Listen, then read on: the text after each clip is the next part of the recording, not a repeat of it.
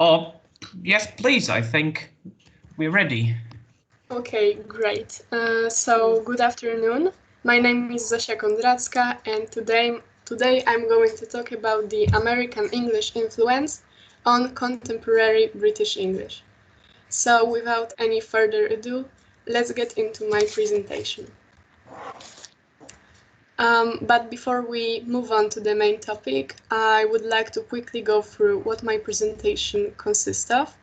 So first, I'm going to say a few words about the English language, its varieties, and differences between them, and then introduce you to my thesis. Then I'm going to move on to the questions I tried to find the answers to with my research. After that, I'm going to present what methods I used in order to answer the previously mentioned questions and to check my credibility of my thesis. At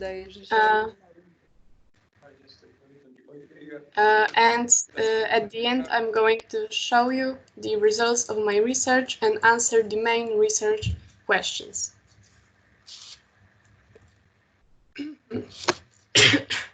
So, to fully understand the meaning of the presentation topic, we have to briefly describe the English language. So, English in the modern world has a colossal meaning due to being the most frequently used language. It is actually estimated that English is a native language for 450 million people. Additionally, about 650 use it for everyday communication. It is also taught as a second language in many schools around the world. And according to researchers, English is derived from the Germanic language and has begun forming from around the 5th century AD. There are many varieties of English language, for example, Canadian or Australian English, but as you may know, the most popular ones are American and British.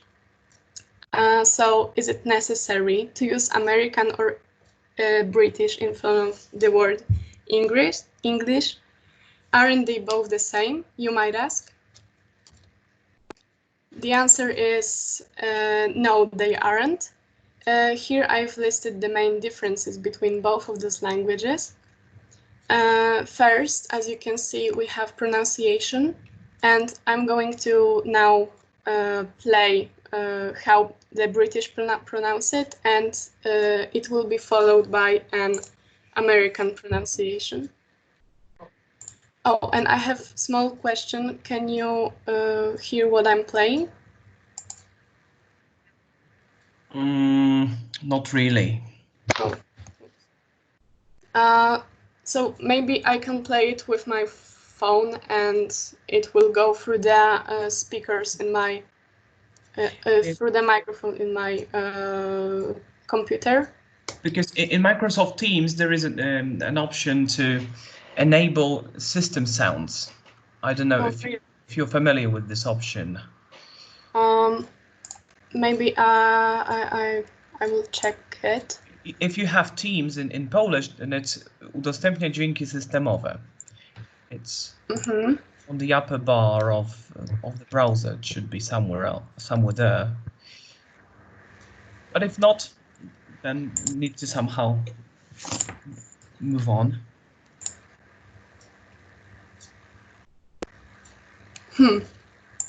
So maybe I will try to do that with my phone. Oh. So here you're going to hear the pronunciation. All right. Adult, adult. Ballet, ballet. Brochure, brochure. Garage, garage. Vaccine, vaccine. Advertisement, advertisement. Hospitable, hospitable. Okay, so I hope that everything was good. And next up we have spelling. And as you can see, American people really simplify the spelling of given words by missing out, for example, the letter U in the word color. And last, there is vocabulary. And to gather this information, I've actually read an article about those differences. And I came across the statement that British people might occasionally say rubber band instead of an elastic band. And based on this statement, I created my thesis, which states that British English is changing under the influence of American English. So now let's move on to the main questions of my research. So first, as you can see, is British English influenced by American English? Then we have which American words permeate the British English? Then which age group and residents of which country make the most mistakes in recognizing American and English words? And lastly, we have how is British English influenced by American English? So now I'm going to tell you about the way how I conducted my study. So I have created a survey which consisted of 8 questions. And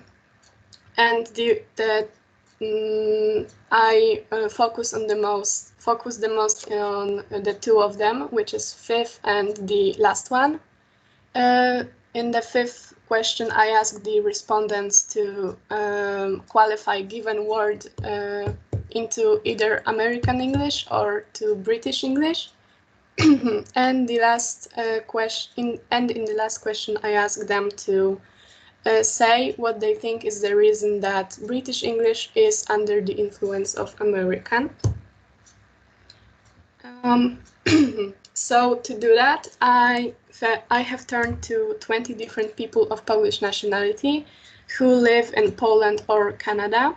And among them was, as you can see, 5 people of Polish nationality who live abroad and use English on a daily basis in their work and everyday life. Then we have 11 people of Polish nationality who live in Poland, learn and occasionally uses English. And lastly, 4 people of Polish nationality who live in Poland use English in their work and everyday life. And the age of the respondents was as follows: 9 people under the age of 20, 1 person between the ages of 20 and 30, 2 people between 30 to 40, 2 people between 40 to 50, 1 person between 50 to 60, and 2 people between 60 to 70.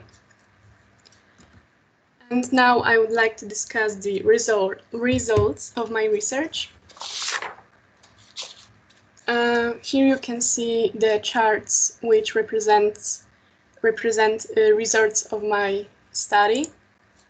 And the first one here shows which American words were the most commonly qualified as British and which one had 0 mistakes. So as you can see, the words most often confused were flashlight and torch, with the number of 17 mistakes. Sweater, jumper, French fries, chips, elevator, lift, sidewalk, pavement, and vacation and holiday. And a pair of words recognized correctly by everyone is, as you can see, pants and trousers, with the number of 0 mistakes. In the second one, we can see that the age group of 20 and below, which is marked with a green line, had made the most mistakes in each of these words. And the last chart shows that people living in Poland, marked with a green line, have made more mistakes than people living in Canada, marked with a blue line. And now, what does it tell us? So the American word that was mistaken to be British the most was the word flashlight. So that means that this particular word, flashlight, permeates the British English the most, and that the word pants does not at all, because it has the number of 0 mistakes. And here we have the answers to the last question of my survey, in which I asked respondents why they think British English is influenced by American English. And among the answers, the opinion that prevailed was that American language is easier to learn and to use, and that American culture has a big impact on the world right now. And now, why is British English influenced by American English, according to the authors of the articles in the British newspaper The Guardian? So the first of them says that the reason behind it is that American English has dominated television and film industries. And on the right side, you can see some examples of the American television, Disney Channel, and American film industry, Universal Studios. And yet another reason is given by the second author, who claims that is because of social media and instant messaging, such as Twitter and Messenger. And I have been also able to find the map, which represents in the where in the world people tweet the most. And you can easily observe that the majority of tweets come from United States, which indicates that the majority of those tweets are written in American English. So to sum up, here we have the answers to the question listed in the beginning of my presentation. So the first of them was, is British English influenced by American English? And the answer is yes. British English is changing under the influence of American English. Then we have the question, which American words permeate the British English? Words which are flashlight, sweater, French fries, elevator, sidewalk, and vacation. And then we had the question, which age group and residents of which country made the most mistakes in recognizing American and English words? And the answer to this one is a group age of 20 and below, as well as people living in Poland. And lastly, we had the question, how is British English influenced by American English? So that's because of social media and instant messaging, American English being easier language to learn, because the United States have a big impact on the world right now, and because American English has dominated television and film industries. And that will be all. Thank you so much for your attention. Thank you very much.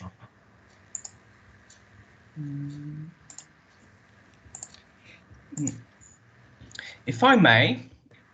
Yes. So, in your presentation, you mentioned in the very last point that American English is easier to learn. So, apart from American English being omnipresent on TV, social media, and so on, could you name two or maybe three main reasons, or three reasons why American English is easier to learn? What makes American English easier than British English? So, as I said in my slide, which consisted the differences between American and British language, you may have observed that American English is simply easier to spell, because the American people spell it how they hear certain words. For example, they spell color C-O-L-O-R, and that's how they hear it. And on the other hand, British people spell it with a U inside it, which might be confusing because we don't hear them pronounce this letter U. And the second thing is, in my opinion, that American language is easier because this accent of American people is just easier to understand, because British people might, well, their accent is sometimes really hard to understand, and American people and accent of the American people is, in my opinion, easier. So you named mainly two main reasons that American English is easier in terms of spelling and pronunciation. Yes, that's correct. All right. However, I would argue, but do you know the American equivalent for the word tap? It's faucet, right? Oh, right. Well, and I wouldn't necessarily call this word faucet an easy one to spell. It's a bit longer, but anyway. All right. I see what you mean. I see your point. Thank you.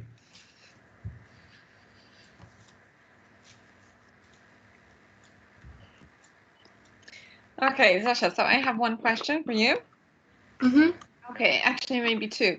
One, a technical question, and one regarding the topic of your project.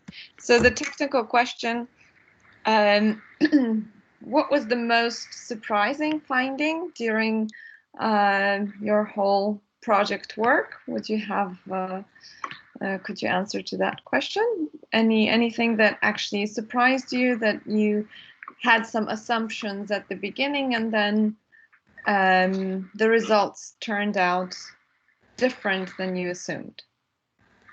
I think that the thing that struck me the most and surprised me the most was the fact that British people actually uses the some American words, and they just leave their native words behind, and they don't use them anymore. And I think that this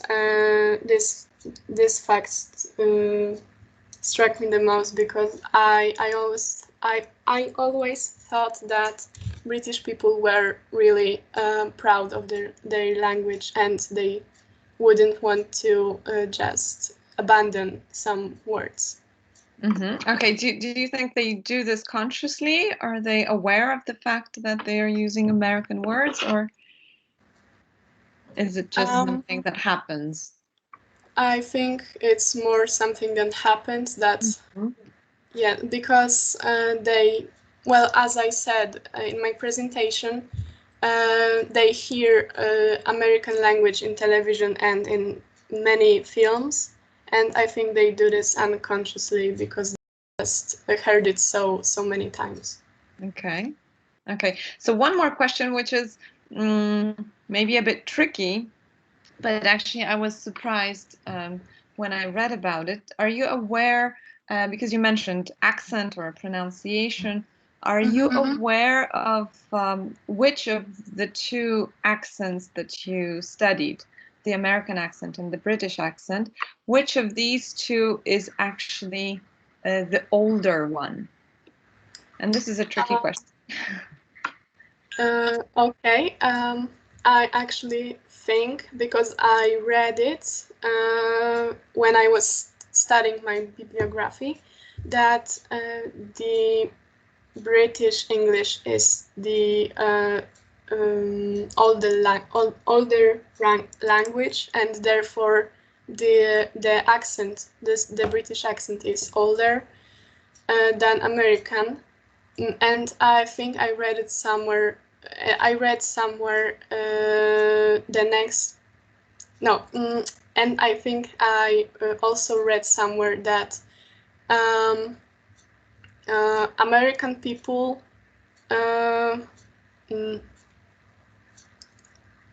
really simplify the pronunciation of certain words, and it came with time, and so I think that British accent is actually older than American one. Okay, I actually found a different, an opposite, well, response to this question. And that's why I said that it was tricky. I actually found information that when America was colonized, actually in Great Britain, people used to speak with an accent that that resembles American English, the American English accent, and we're talking only about pronunciation, yes. So that this pronunciation was more similar to what contemporary American English sounds like. And after, and that's why when America was colonized, that's how people spoke at that time. And then back in Britain, they in upper spheres, they decided that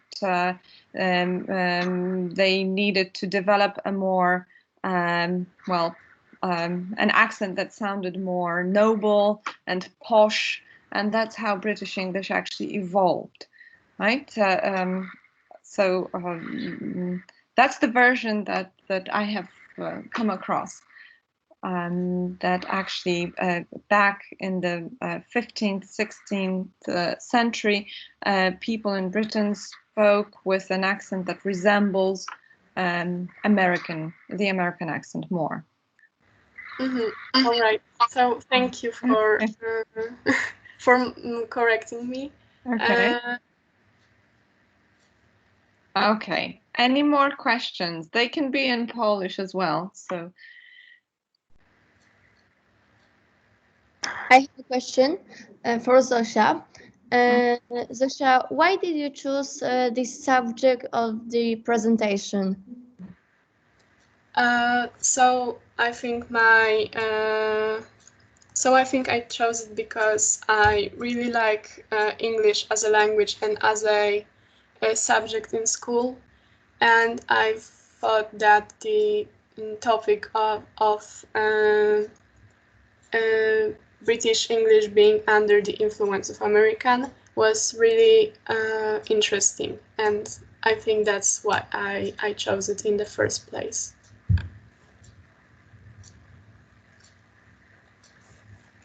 I also have a question. Zofia, what kind of language do you use most and why? So I find myself using American vocabulary more often because I think that's because I watch majority shows I watch on, for example, Netflix are in American English, and I just learn the vocabulary from them.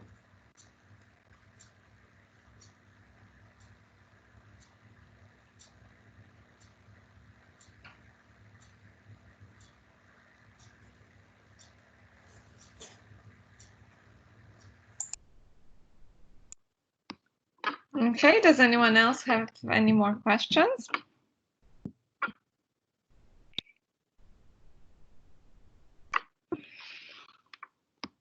Okay, Zofia, so thank you very much. Thank you very much. Dobrze, słuchajcie, rozumiem, że to była ostatnia obrona w tej sesji. Zgadza się? Tak. Dobrze, super. To bardzo dziękujemy komisji, bardzo dziękujemy wszystkim z widowni, dziękujemy też za aktywność, za pytania.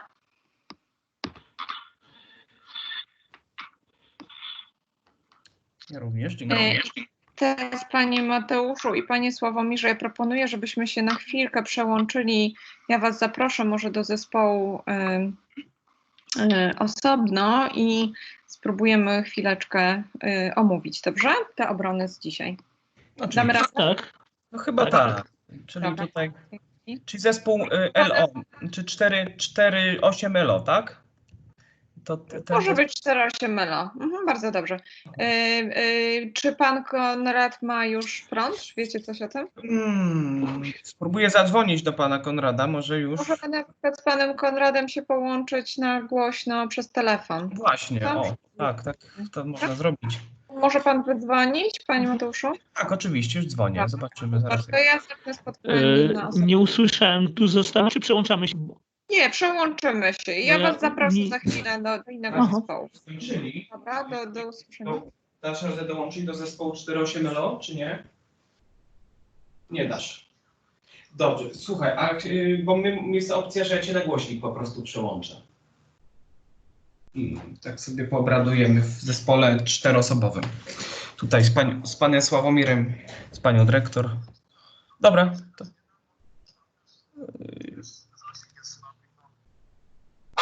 O, dobra, tak, to ja ciebie słyszę. To ja już, słuchaj, idę tam do